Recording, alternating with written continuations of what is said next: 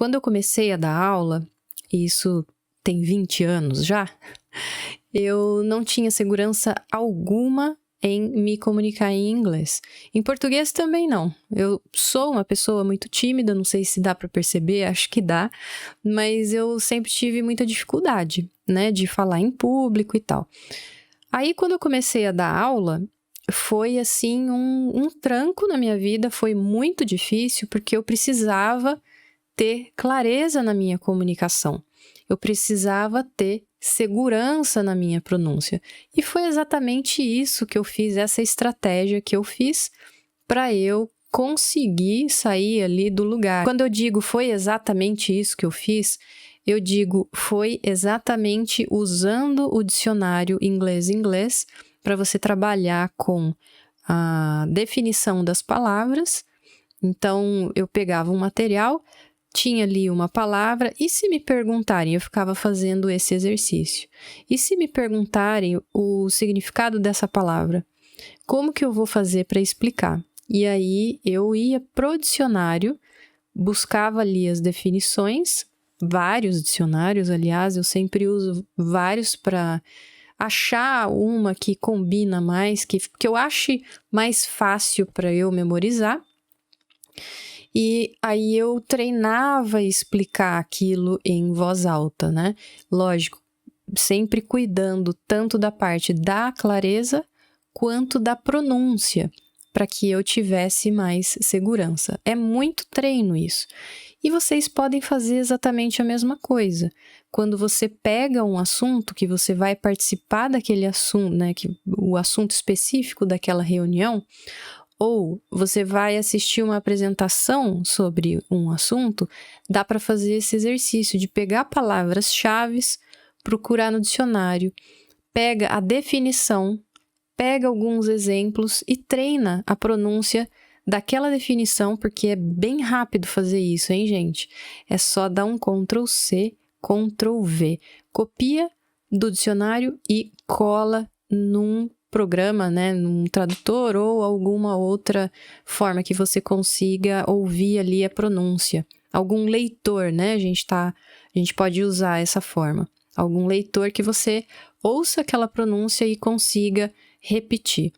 Mas muito cuidado, nunca fique só ouvindo apenas.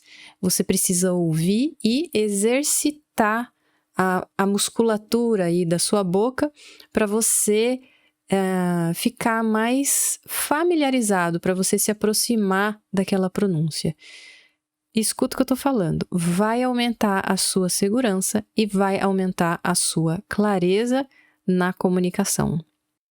Agora, um dado interessante para vocês é que existe uma publicação anual que chama Ethnologue, eu vou deixar na descrição do episódio para vocês darem uma olhada. Essa publicação anual tem estatísticas, né? Várias estatísticas sobre línguas. E essa publicação de 2022, que foi a 25ª edição, eles disseram o seguinte, que falando inglês como primeira língua, ou seja, falantes nativos, eles acharam o número de 372,9 milhões de pessoas. Então, é esse número de pessoas no mundo que falam inglês como primeira língua. E falando inglês como segunda língua, como, por exemplo, um chinês falando inglês, existem mais de 1 bilhão de pessoas. Então, esse número de pessoas falando inglês como segunda língua e não como primeira língua é um número de pessoas muito maior, praticamente 3 vezes maior do que falantes nativos de inglês. Então, eu acho que a gente pode tirar uma lição importante daqui.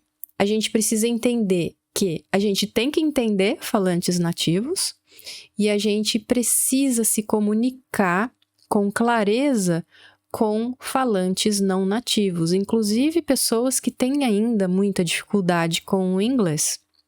Como no caso, por exemplo, de um chinês falando inglês que tem tem uma certa dificuldade. Existem, lógico, né, vários níveis, mas um chinês com um nível básico, como que você vai fazer para se comunicar com essa pessoa?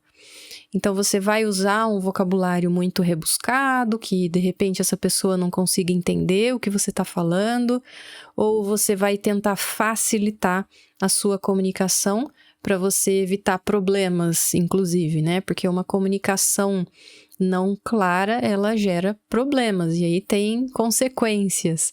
O ideal é que a gente treine já na comunicação a facilitar para que essas pessoas que têm mais dificuldade com o inglês entendam, né?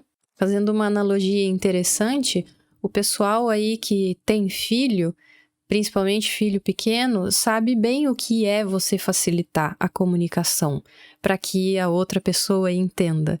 Quando uma criança tem um vocabulário limitado, né? Então, a gente precisa usar a nossa criatividade para a gente exercitar, a facilitar a comunicação para que a criança entenda. Isso já aconteceu comigo, com um aluno, eu tinha feito uma pergunta para esse aluno e falei, como que você faz para definir essa palavra? Eu acho que a palavra, se eu não me engano, era atacado. Como você faz, atacado em inglês, né? Wholesale market. Como você faz para definir essa palavra? Eu sei, o aluno respondeu, eu sei o que significa, mas eu não tenho a menor capacidade de explicar essa palavra. E aí eu disse para ele assim, porque eu sei que o aluno tem uma filha pequena. Eu disse para ele assim, e se você de repente tentar explicar como se você estivesse explicando para sua filha pequena? E aí ele explicou. Foi muito engraçado, porque ele explicou como se ele não tivesse a menor dificuldade, né? Então, quando você se imagina explicando como que eu vou facilitar, é isso que eu quero dizer com ter foco em uma comunicação mais clara. É você exercitar a sua criatividade para você conseguir usar palavras mais simples para você explicar alguma coisa.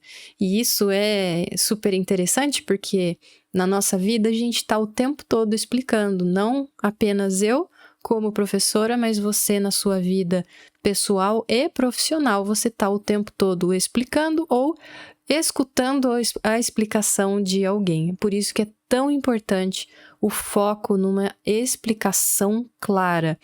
E o mais legal, o mais mágico disso tudo é que você vai acabar influenciando o seu português. Se você tem esse foco no inglês, você vai influenciar na comunicação mais clara no seu português também, e vice-versa. Uma coisa vai ajudando, vai alimentando a outra.